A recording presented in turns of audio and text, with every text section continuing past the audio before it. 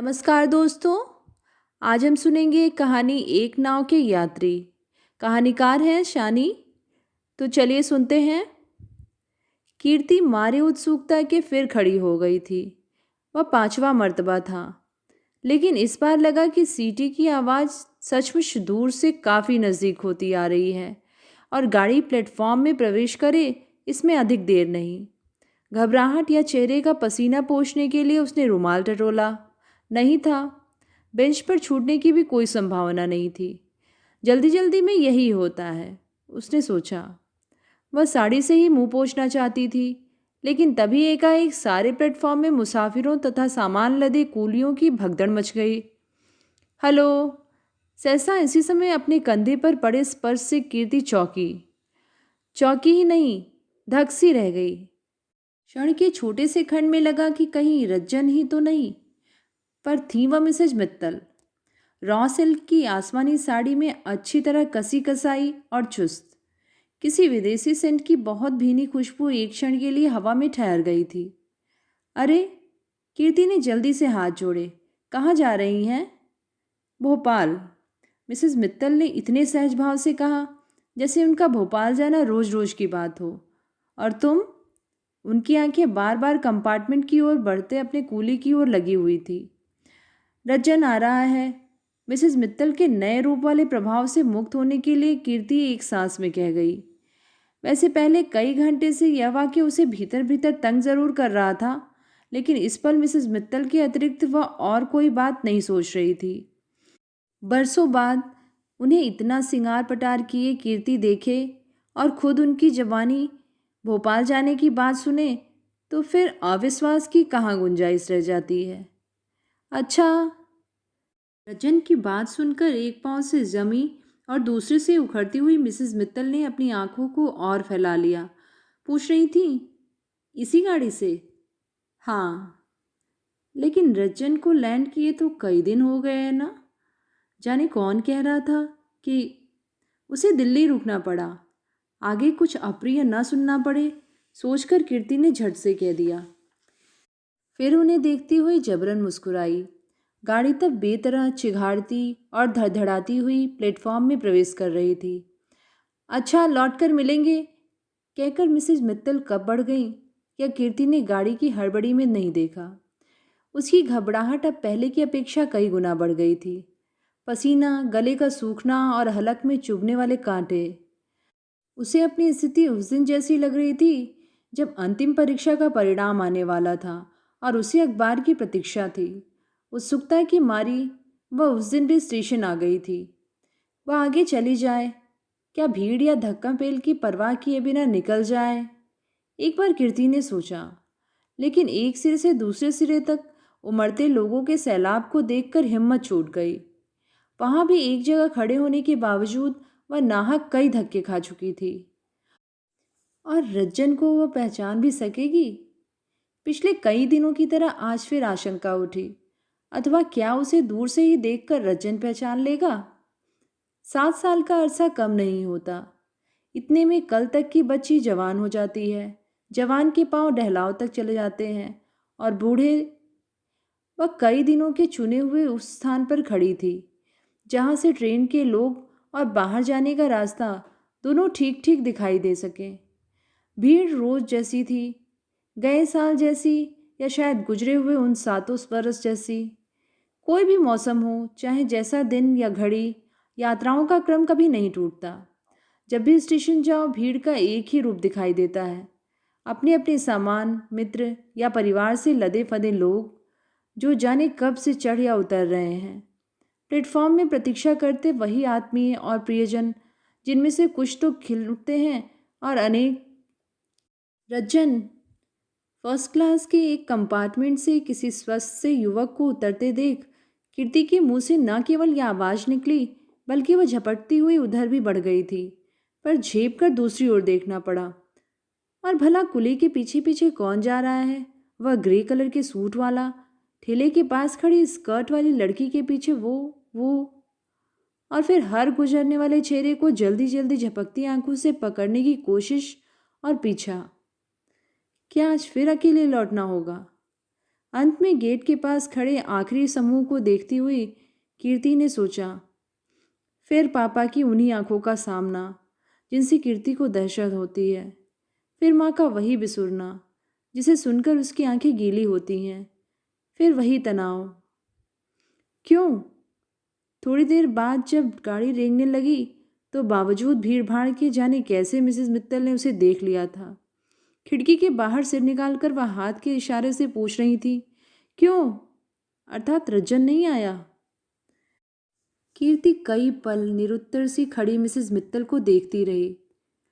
फिर जब कुछ नहीं सूझा तो हवा में हिलते सैकड़ों रुमालों के बीच एक हाथ अपना भी उठाकर वह यूं हिलाने लगी जैसे मिसेस मित्तल को ही छोड़ने स्टेशन आई हो।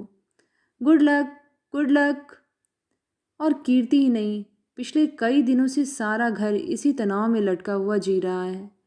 13 दिनों पहले मंगलवार को रज्जन ने मुंबई में लैंड किया था और उस दिन यहाँ घर भर की बेचैनी सीमा पर पहुंची हुई थी।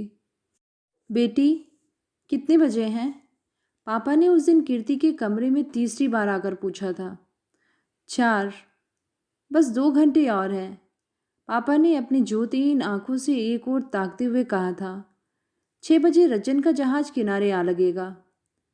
तो कौन तुमसे वह तुरंत आ मिलेगा? यही बात जब उन्होंने फिर आधा घंटे बाद और 7वीं बार दोहराई थी तो माँ एकाएक झल्ला पड़ी थी, क्योंकि पापा की बेचैनी उनसे सही नहीं जा रही थी। अपने नगर से 700 मील दूर रज्जन बंबई में उतर रहा था। चाहने पर भी उसके लिए भौगोलिक दूरी को लांघकर फौरन आ मिलना संभव नहीं था, लेकिन घर में ऐसी व्याकुलता समाई हुई थी मानो 6 बजे की ट्रेन से वह सीधे यहीं पहुंच रहा हो।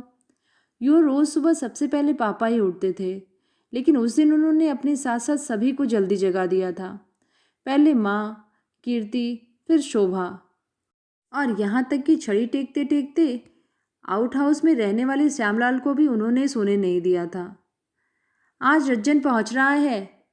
इस वाक्य से वह दिन शुरू हुआ था और सारा दिन घिसे हुए रिकॉर्ड की तरह घर के कोने कोने में यह वाक्य बजता रहा था। फिर इस रिकॉर्ड के छूटने के बाद पति पत्नी के बीच रज्जन की पुरानी स्मृतियां दोहराई गई थीं।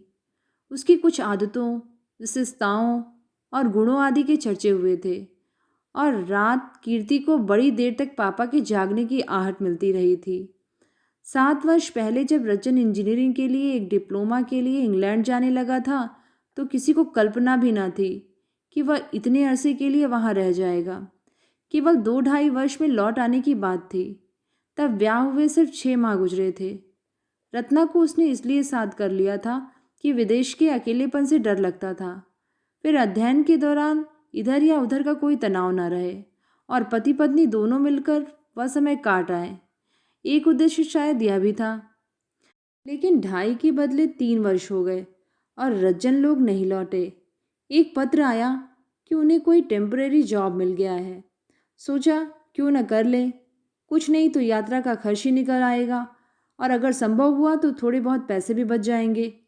फिर यह सूचना आई कि रत्ना को भी वहीं रेडियो में नौकरी मिल गई है। दोनों मिलकर काफ़ी कमा लेते हैं। रज्जन के शुरू शुरू के पत्रों से अवश्य लगता था कि उसे कहीं न कहीं वापस लौटने की उत्सुकता है, पर बाद में वह इस टर्म में सोचने लगा कि भारत में अगर वैसी अच्छी नौकरी ना मिली तो।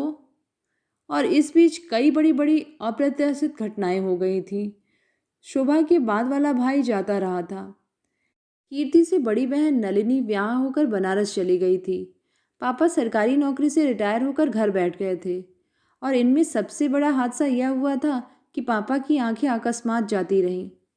मुझसे बड़ा अभागा और कौन होगा, इस खबर के मिलते ही रज्जन ने बेहद दुखी स्वर में लिखा था कि इतनी बड़ी बात हो जाए और मैं आपके पास ना हूँ। सचमुच मैं निराधम हूँ। यह मेरे पूर्व जन्म के पापों का फल है कि इतना सब होने के बाद भी मैं आपसे हजारों मील दूर पड़ा हूँ। लेकिन पापा, आप चिंता मत करें। मैं आजकल में यहाँ आई स्पेशलिस्ट से कंसल्ट कर रहा हूँ और मुझे विश्वास है कि जिस दिन आपको यहाँ ले आऊँगा सब ठीक हो जाएगा। खत सुनकर पापा रो पड़े थे। कीर्ति से पत्र लेकर कुछ देर वह यूं ही हाथ फेरते हुए मानो उंगलियों में आंख उतर आई हो। फिर भर्राए कंठ से उन्होंने इतना ही कहा था, कीर्ति की माँ, ईश्वर की सौगंध, अब मुझे आंखों का अफसोस नहीं रहा। और उस दिन कई महीनों के बाद समूचे घर के लोग पापा के कमरे में इकट्ठे हुए थे। उन्हें घेर कर कीर्ति, शोभा और माँ सभी बैठ गई थीं और पापा ने अपनी आदत के अनुसार नौकरी के दिनों वाले बरसों पुराने किस्से सुनाए थे। वे किस्से जिन्हें इससे पहले भी कई बार उन्होंने सारे घर को सुनाया था। गेट के बाहर ही कीर्ति ठिठक गई। 3-4 दिनों से यही हो रहा था। स्टेशन से लौटने में पैदल तय करने वाला रास्ता चाहे जल्दी से कट जाए, घर आते आते अक्सर कदम धीरे पड़ जाते थे। गेट में से गुजरते वक्त लगता जैसे किसी ने पाँव में पत्थर बांध दिए हों। और बात बिल्कुल नई न थी, लेकिन आज से पहले कीर्ति ने अपने को इतना अवश कभी भी महसूस नहीं किया था। उसे लगा कि और दिन भले ही भ्रम होता रहा हो, आज की स्थिति दूसरी है। आधार ही नहीं सही, जाने क्यों वो बहुत जोर से महसूस कर रही थी कि रजन जरूर आ रहा है और भीतर प्रवेश करते ही वह देखेगी कि वह पापा के पास बैठा हुआ है। बहुत मुमकिन है कि स्टेशन की भीड़ भाड़ में वह मिस कर गई हो या उसने पहचाना ही ना हो और रजन निकल आया हो। मटियाले अंधेरे से घिरी हुई शाम हवा में हल्की सी खुनकी थी। छिटपुट या इक्का दुक्का घरों की बत्तियां मोहल्ले के सभी अंधेरे और निर्जन कोनों को घूर रही थीं। ऐसे में बेहद मध्यम रोशनी में डूबा हुआ अपना मकान एक क्षण के लिए कीर्ति को भुता और रहस्यमय सा लग रहा था। वह सारे घर में अंधेरा क्यों कर रखा है? वह मन ही मन सोचने लगी और झल्लाई। इतने दिनों बाद रजन आए और फिर भी उजाला ना हो तो कब होगा? और आज श्यामलाल बेवक्त कैसे? वह चौंकी। साइकिल लेकर दूसरे गेट से जल्दी जल्दी वह कहाँ निकल गया? कीर्ति का जी अचानक जोर जोर से धड़कने लगा। लंबे लंबे डग से धड़धड़ाती हुई वह अहाते के भीतर वाला मैदान, छोटा बगीचा और दालान पार करती हुई भीतर चली गई। पर कहीं कोई न था, ना कोई होल्डॉल सूटकेस और ना किसी की विदेशी स्लिपों वाली अटैची। वही रोज का मध्यम रोशनी वाला बड़ा मकान, जिसमें 3-4 लोग ऐसे खो जाते थे कि पता ही नहीं लगता था। कीर्ति! लंबा और सकरा गलियारा पार कर वह दूसरे छोर वाले कमरे की ओर जाना चाहती थी कि चौंक गई। अंधेरे गलियारे में माँ प्रेत की तरह खड़ी थी। कौन? उसी तरह सहसा पापा के कमरे से अधीर सी आवाज आई। क्या कीर्ति आ गई?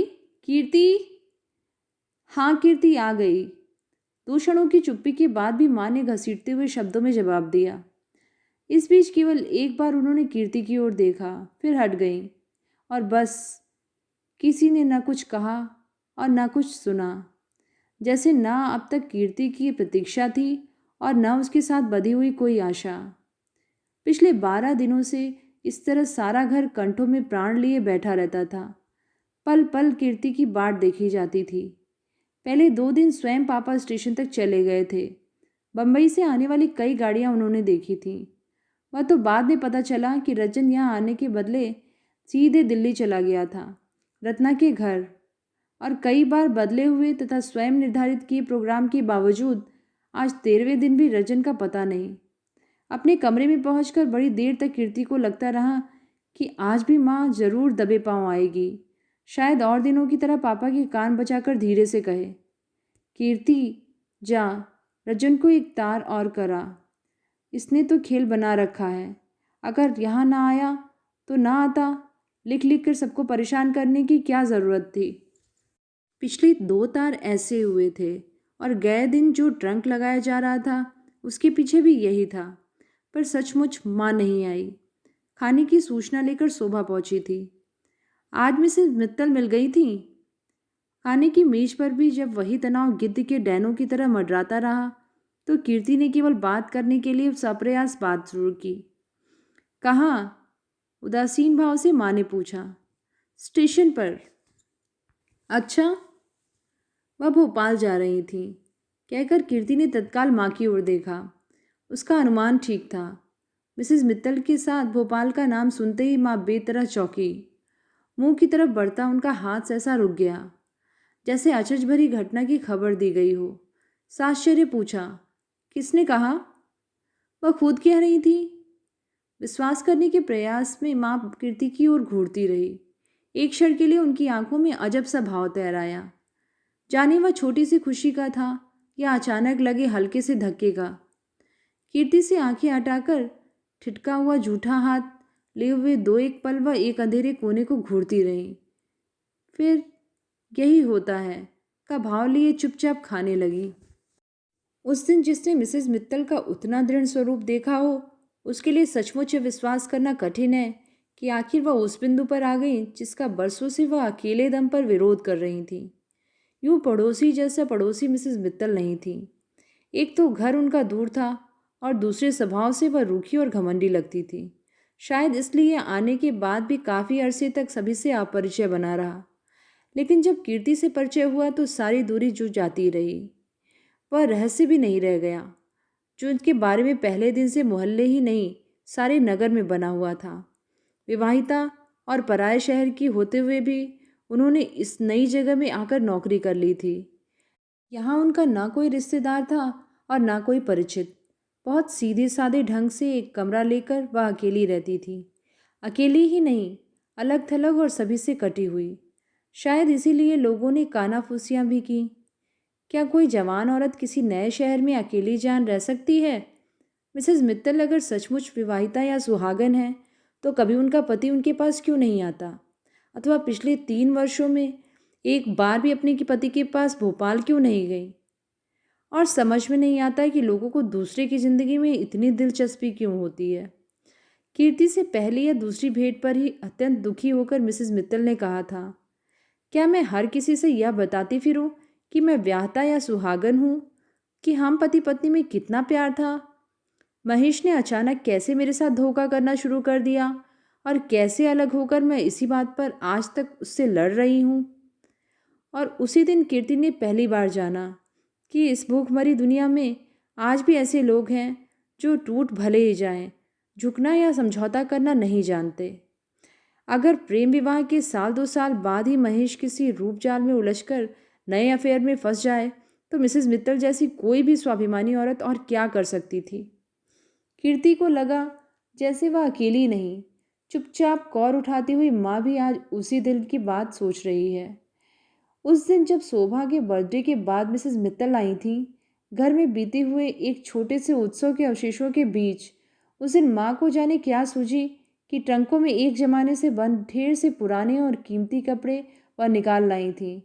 फिर उन्हें मिसेस मित्तल के सामने फैलाकर बैठते हुए पूछा था, तुम्हें रफू करना आता है? मिसेस मित्तल ने हंसकर ना ही कर दी। ये कपड़े मेरी शादी के हैं, माँ बोली थी, कुछ शायद उससे भी पहले के। रखे रखे फटते देख जी दुखता है। तो जानती हो क्या करती हूँ? रफू कर करके फिर सहेज देती हूँ। मेरी तो अब पहनने की उम्र नहीं रही। कीर्ति नलिनी से पहनने को कहती हूँ तो ये लोग हंसती हैं। मिसेस मित्तल एक एक साड़ी का पल्ला लेकर उस पर किया हुआ सोने चांदी का काम देखने लगी थी। तुम भोपाल कब जा रही हो? और बीच में बिल्कुल अचानक बिना किसी प्रसंग के माँ ने पूछ दिया तो कीर्ति ने स्पष्ट देखा कि मिसेस मित्तल का चेहरा एकदम उतर गया है। अपने को जैसे तैसे संभालते हुए उन्होंने सूखे होठों से जवाब दिया था, अभी तो ऐसी कोई बात नहीं। क्यों? क्यों क्या? माँ बोली थी, दुनिया में ये सब तो चलता ही रहता है, तुम अकेली कहाँ तक लड़ोगी? किसी चीज़ से अगर सचमुच प्यार हो या वह कीमती हो तो टूट फूट जाने पर भी उसका मोह नहीं जाता। मुझे देखो। और फिर पुराने कपड़ों वाले उदाहरण के अतिरिक्त उनकी ढेरों दुनियादारी की बातें, जिनमें से हर एक का इशारा बस एक ही ओर जाता था। यहाँ तक कि अंत में मिसेस मित्तल घबराकर किसी बहाने से कीर्ति के कमरे में उठाई थी। एकांत में कीर्ति के सामने उन्होंने आंसू पोंछे थे। क्रोध और अपमान से तमतमाया चेहरा लिए वह बड़ी देर तक चुप रही थी। और जब माँ के ही स्वर में कीर्ति ने तसल्लियाँ देनी चाहीं तो आवेश में आकर उन्होंने अपने जूड़े में खुसा फूल निकाल लिया था। कुछ देर वह उसकी पंखुड़ियाँ सहलाती रहीं, मानो कोई गहरा सा जवाब देने के पहले अपने शब्दों को तौल रही हों। अंत में उनकी एक पंखुड़ी को एक नाखून से चीरकर भरे गले से पूछा था, इसे रफू कर सकती हो? और कीर्ति को हाथ खींचते हुए देखकर माँ ने सहसा टोक लिया, तूने तो कुछ खाया ही नहीं। बस। कीर्ति अनमने भाव से उठी और हाथ धोने के लिए वॉश बेसिन की ओर बढ़ी। सोने से पहले बत्ती बुझा देना। जाते हुए कीर्ति को माँ ने कहा, नाहक मुझे परेशान होना पड़ता है और शोभा अगर जिद करे तो अपने पास ही सुला लेना। अच्छा? रज्जन के बारे में कोई बात नहीं, एक भी शब्द नहीं।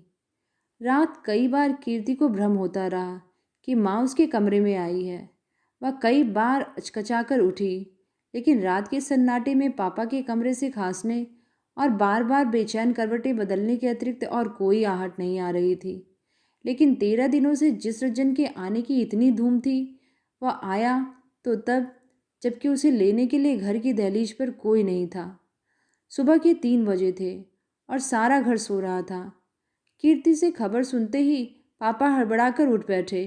अपनी छड़ी के लिए एक पल वह हवा में हाथ चलाते रहे, फिर केना की जवान पत्तों की तरह बाहें फैलाकर थरथराए हुए खड़े हो गए। रज्जन ने आगे बढ़कर उनके पांव छुए। पीछे पीछे रत्ना थी। तूने तो बड़ा इंतजार कराया। अपने चरण छुए जाने के बाद माँ कहना चाहती थी। यहाँ तो कई दिनों से यह हाल है कि, पर कहाँ नहीं गया, किसी से कुछ नहीं कहा। तभी वहाँ शोभा आ गई और बरसों बाद हम उम्र भाई बहनों के मिलने का शोर सारे घर में गूंजता हुआ पास पड़ोस तक जा पहुँचा।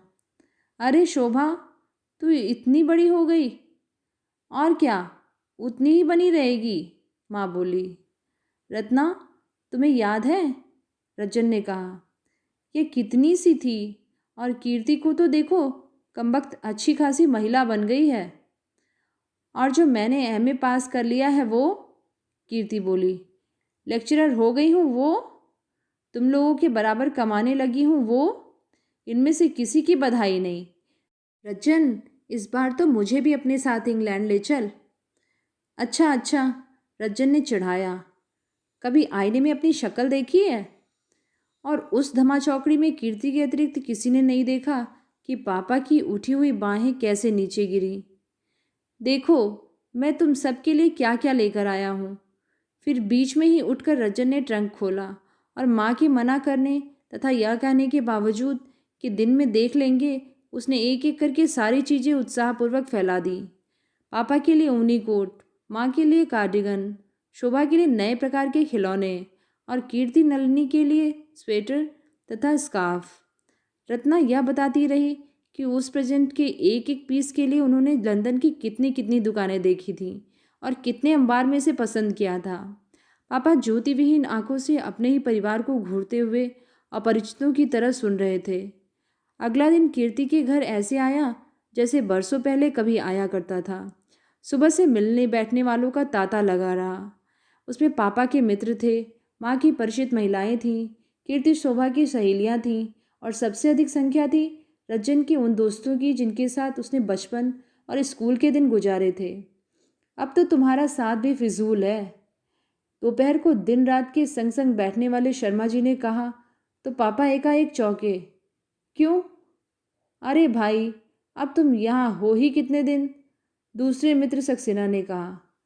चंद दिन ही तो हो ना, रज्जन आ गया है, तुम्हें अपने साथ ले जाए बिना थोड़े ही मानेगा। अच्छा वो हो। पापा सांस छोड़कर धीरे से राहत भरी हंसी हंसने लगे। देखो क्या होता है, पीछे तो वह बहुत दिनों से पड़ा है, मैं ही अब तक चुप बैठा रहा। कभी सोचता हूँ कि रज्जन की बात मान लूँ, कभी हिम्मत नहीं होती। इसी चक्कर में मैंने यहाँ किसी डॉक्टर को भी नहीं दिखाया। सच पूछिए तो शर्मा जी अपना देश छोड़ने के नाम पर ही जी कचोटता है। तो कौन आपको हमेशा के लिए जाना है? शर्मा जी बोले। आंखें वापस मिल जाएं, चले आना। पापा कुछ सोचने लगे, मानो उसी समय निर्णय कर रहे हों कि उन्हें रज्जन के साथ जाना है अथवा नहीं। निश्चय ही शर्मा जी, सक्सेना या सभी लोगों को लग रहा था कि रज्जन के आने का अर्थ ही उनका जाना है। पत्नी बच्चे ही नहीं, स्वयं उन्होंने यह बात कई लोगों से कह रखी थी। लेकिन आज जिस वास्तविकता का पता शर्मा जी, सक्सेना और बाहर वालों में से किसी को नहीं था, उसे याद कर उन्हें अजीब सी व्याकुलता हो रही थी। मन की चिकनी और बेहद विचलन भरी दीवार पर जो सांप की तरह चढ़ा और गिर रहा था, वह यह भय था कि रज्जन कहीं अपने पत्र की बात भूल तो नहीं गया। आने के बाद आंखों के बारे में औपचारिक सी पूछताछ के अलावा और कोई बात नहीं हुई थी। "उह, होगी, लड़का है, बरसों बाद आया है, पहले उसे दम मारने की फुर्सत तो मिले। रात को जब माँ ने उनसे खाने के लिए कहा तब भी वह शायद उसी मुद्रा में थे, बोले, रज्जन को आने दो, उन लोगों का कोई ठिकाना भी है। माँ ने कहा, सैर सपाटे को गए हैं, जाने कब तक आते हैं। आखिर आएंगे तो, पापा बोले। कीर्ति, शोभा को भूख लगी हो तो खिला दो। पर जाने क्यों भूख किसी को नहीं थी। पिछली रात की तरह सभी उस रात भी 11 बजे तक रज्जन रत्ना की प्रतीक्षा करते रहे। इस कोशिश में शोभा भूखी ही सो गई और तब भी उठाए नहीं उठी जबकि वे लोग लौट आए। पार्टियां और पिक्चरें, पहली दोपहर को छोड़कर 3 दिनों में कोई न रात खाली गई और न कोई दिन। पार्टियों और पिक्चरों का सिलसिला मुतवातिर चला और रज्जन को लगता रहा कि कुछ देर से घर आकर उसने सचमुच गलती की है। घर में मिलने जुलने वाले या दोस्त एक दो थे कि उन्हें आसानी से निपटा दिया जाता, वहाँ तो जिसके साथ कोताही करो उसे ही शिकायत हो रही थी। रज्जन जाने की कह रहा था। उस रात कीर्ति ने पापा के कमरे में माँ को कहते सुना। किसके जाने की? पापा ने चौंक कर पूछा। मेरे? नहीं।